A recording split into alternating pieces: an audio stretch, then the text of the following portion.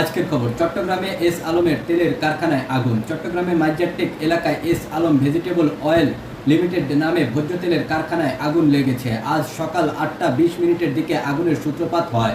Fire সার্ভিসের 4 স্টেশনের 8টি ইউনিট 10টা 10 আগুন নিয়ন্ত্রণে আনে। ঈদের দ্বিতীয় দিনে কক্সবাজারে পর্যটকের ঢল।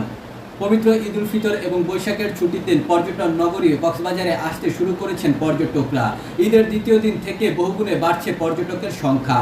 নানা বয়সী পর্যটক এখন কক্সবাজার সমুদ্র সৈকতে জড়ো হয়েছেন, মেতেছেন ঈদের আনন্দে। রিজার্ভ বেড়ে $20 বিলিয়ন উপরে। কেন্দ্রীয় ব্যাংকের তথ্য অনুযায়ী গত মাসের শেষ দিকে রিজার্ভ ছিল $2,481 কোটি, আর বিপিএম $19.26 বিলিয়ন। চলতি মাসের 8 এপ্রিল গ্রস রিজার্ভ বেড়ে দাঁড়িয়েছে $2,538 কোটি, আর বিপিএম হয়েছে $20.10 বিলিয়ন। ইসরায়েলে কর্মরত মার্কিনীদের সতর্ক বার্তা যুক্তরাষ্ট্রের। গত 1 এপ্রিল সিরিয়ার ইরানি